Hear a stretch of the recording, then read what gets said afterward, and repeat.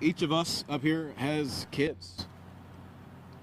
I got two 6-year-old daughters, not terribly far off in age from this 4-year-old who was killed.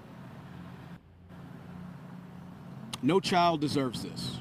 No family deserves this. Turn yourself in, because, like Chief Norman said, it's not a matter of if, it's a matter of when. Turn yourself in and do it now. We'll take a question or two. We've seen reckless driving plaguing this city for years. You've been working your last term and now into this term as mayor to combat this reckless driving. This is the most emotional I've seen the three of you in a very long time. Why this particular situation?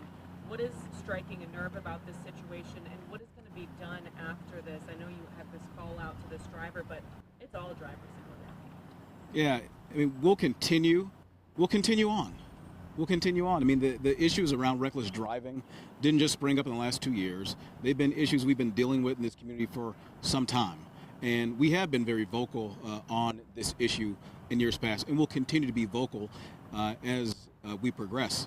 But it's not just talking about it, it's actually making change. And making change can be hard, especially in a city that has budgets as tight as we do. But in my administration the last 2 years, and certainly in my administration moving forward, we'll continue to make those changes, whether it's supporting additional police officers, whether it's supporting the work in the Office of Community Wellness and Safety, whether it's making changes in engineering on the street, whether it's working to make sure that kids have access to driver's education, like our partners in the Greater Milwaukee Urban League do, or like the bipartisan legislation that passed this last legislative session in Madison to increase driver's ed in schools. We'll keep doing all of those things. It has to be an all of the above approach. It has to be, so we don't have situations like this that happen in our city in the future.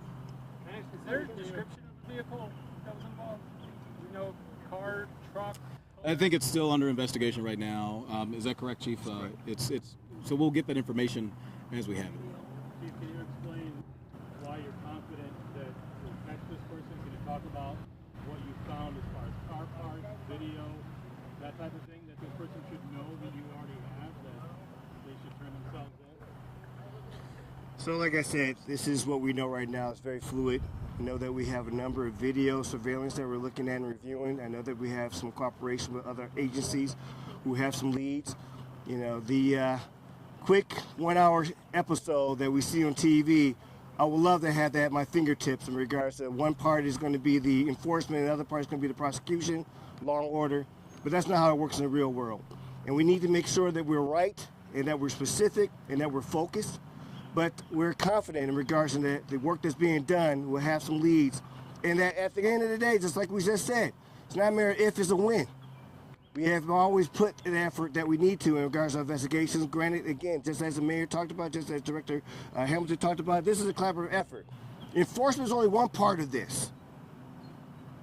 There's only one part in regards to the, towing of cars, the citation of vehicles, the arrest of individuals. The public needs to lean in also on this. Just as was pointed out, I've seen the full spectrum of individuals driving recklessly in our community. We just had somebody in the news, neighboring mayor, talk about in regards to being affected. So don't try to make this a city Milwaukee narrative, because I refute that. But we all understand the importance of all of us doing our responsibility.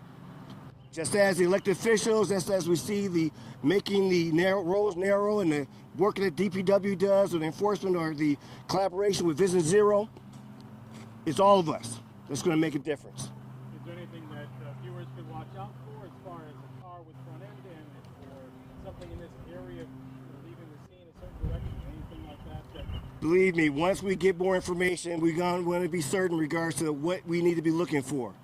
We do have items of evidence that we're reviewing, that we're putting our efforts on between our officers and our investigators and collaboration with many different departments out there because, again, the cameras are out there. Public needs to understand, you don't got to worry about just someone's handheld cell phone. There's cameras all around us. So when people want to do wrong, they need to understand you're not doing wrong in a bubble. There's eyes all over the place, and we're increasing the eyes. Make a choice.